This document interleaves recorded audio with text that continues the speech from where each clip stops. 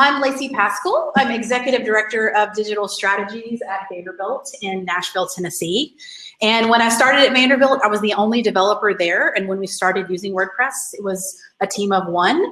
And now I have a team of 10, and we do every single website that there is at Vanderbilt now. So I don't know if you guys all realize it, but you're all actually architects, general contractors, and construction workers.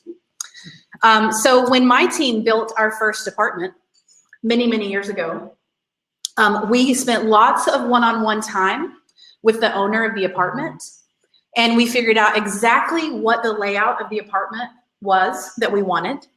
And we spent days and weeks thinking about the paint colors that we wanted to use, the finishes that we wanted to use in the kitchen, the gorgeous light fixture, and just so much attention to detail. And we were all so, so happy with that first apartment. And the client was just super happy when they moved in. And then we started building more apartments, and we had to have those same conversations. And we were trying to meet all of the requests of the owners as we were working with them as best we could. So if they wanted different flooring, we were like, okay, that will work. They want a different light fixture. They want a slightly different layout. I can make that happen. We can do that. And then we started getting some owners who were a little pushy, but we had to work with them. And sometimes they would ask for things that we weren't really quite sure about. But again, they were the owner, and we didn't have a lot of say in some decisions at this point. So we did end up with some bathrooms with some shag carpeting in there. And we knew it was a bad idea when we did it, but the owner really wanted it, and they had seen it somewhere else, and they thought it was amazing. And so we're like, okay, but we're a little ashamed inside that we had bathrooms with shag carpeting. And we also knew we were gonna have to fix that one day. So not only are you an architect, a contractor, and a construction worker, you're also the landlord and maintenance person. And so eventually, obviously, we start getting issues and we have bugs with problems, but we don't even know which pipes we used in each apartment. Did we use PVC or did we use copper? Did we even put pipes in it? Because I think we might have some apartments that don't have pipes because they wanted to move in the next day. And we were like, okay, you're not gonna have any pipes. And they're like, I don't care, I need to move in tomorrow. So you know where I'm going here. So over the years, we went from having that one site to then having the 20 sites. And now we have a high-rise building. And we learned a lot along that process of the difference between having that one apartment or even just 20 apartments and having 4,000 apartments. And that you can't put shag carpeting in bathrooms because you're gonna pay for it at scale later. So Vanderbilt's Highrise multi-sites. Currently we have 4 big multi-sites that have about 3,500 sites in there and about 9,200 users. And then we do still have 8 individual installs with about another 100 users. And we're hoping to move 5 of those individual installs into the multi-sites over the next year, but they are still in their individual installs because of that shag carpeting problem. And then we also are an Omni Update campus, so we have about 300 sites that are in Omni Update. And oddly enough, we have sites that have both. So we have some really large sites that will have Omni Update, and then they'll also have a WordPress component. So how do we manage our tenants or our users? I'm keeping this at a very high level because it is a lightning talk. When you start talking about thousands and thousands of users, you absolutely must use single sign-on. You cannot be managing local accounts. If you are, like, run away now, and your shag carpeting is the least of your problems if you're managing local accounts. So single sign-on is great because you can automatically provision and deprovision accounts. We've definitely had issues where we've had employees that have been let go, and being able to absolutely ensure that they will not have access to change the homepage of their school website when they have been let go is absolutely necessary.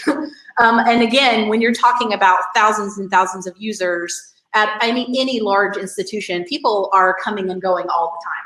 And so not having to manage that yourselves is an absolute must. We do still audit and clean up our user accounts though. And so right now we're only able to do that like once a year. And so we go through and get rid of accounts that have been deprovisioned, and people that have not logged in a certain amount of time, we get rid of those too. Training options. I think training is one of the biggest reasons why we've had a successful WordPress presence on our campus. We have WP 101 that we force all users to take before they can have access to do anything. And they actually have to take a test to prove they did it.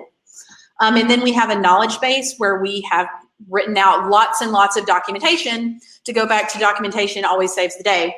Documentation about how all the functionality works and how they do things. Another thing we do is office hours. So we provide every Monday and Friday from 10 a.m. to noon. People can come by and actually meet with someone on my team and talk about new functionality they might want to do. They're having a problem. They just want to talk about content strategy. Anything that they want to talk about, they can do this. And they make an appointment for 30 minutes. They can't stay longer than 30 minutes. But that's 4 hours a week. So that's not a lot, but our users absolutely love this, being able to have that FaceTime. Because some people do need FaceTime to learn and they can't just do it all online. The last thing, again, that I think is really successful is we do herd cats, otherwise known as having a help desk.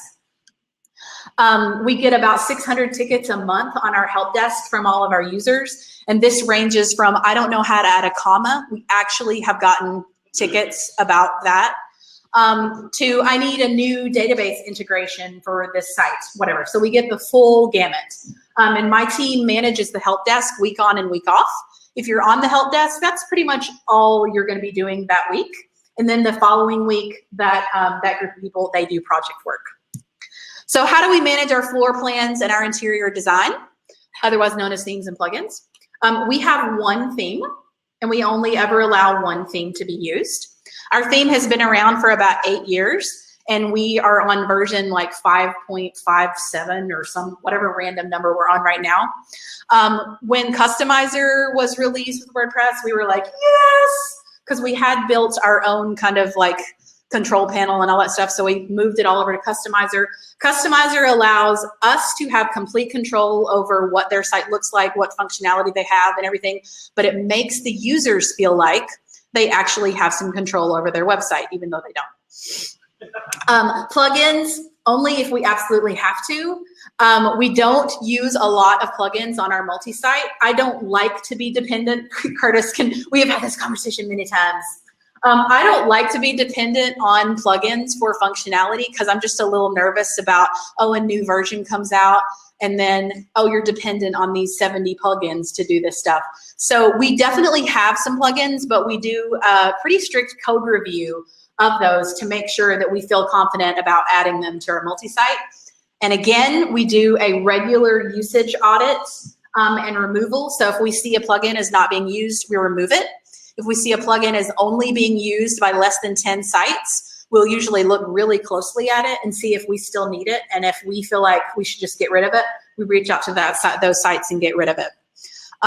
We iteratively roll out new features in our theme all year round based on our own goals and strategy as well as user feedback. And again, I think that's why people continually come to us to put their sites in our systems, because we do actually listen to them. And if we're getting a lot of requests for the same type of features, then we will eventually roll that out in the theme. So they feel like there is kind of some two-way communication going on there. Managing Sanity, and I was going to say managing rent or managing, I don't know, but I just said Sanity. Version control, deployment, and testing. I'm not even going to talk a lot about it because there were so many awesome sessions last year at WPCampus, which is on my next slide, that you should just watch those sessions because they were amazing. But if you're not doing version control for your WordPress code base right now, like just get up right now and walk out and go figure that out. Because that is insane and you're gonna kick yourself later. Our repo is integrated with Slack, which those of you that know me will not be surprised because we use Slack heavily. So anytime changes are made in our code base, it populates over to Slack. So my whole development team can keep track of what we're all working on because we have multiple people committing to the code base. Again, smarter people than me on the last slide. And then just random information here because I have like 30 seconds left.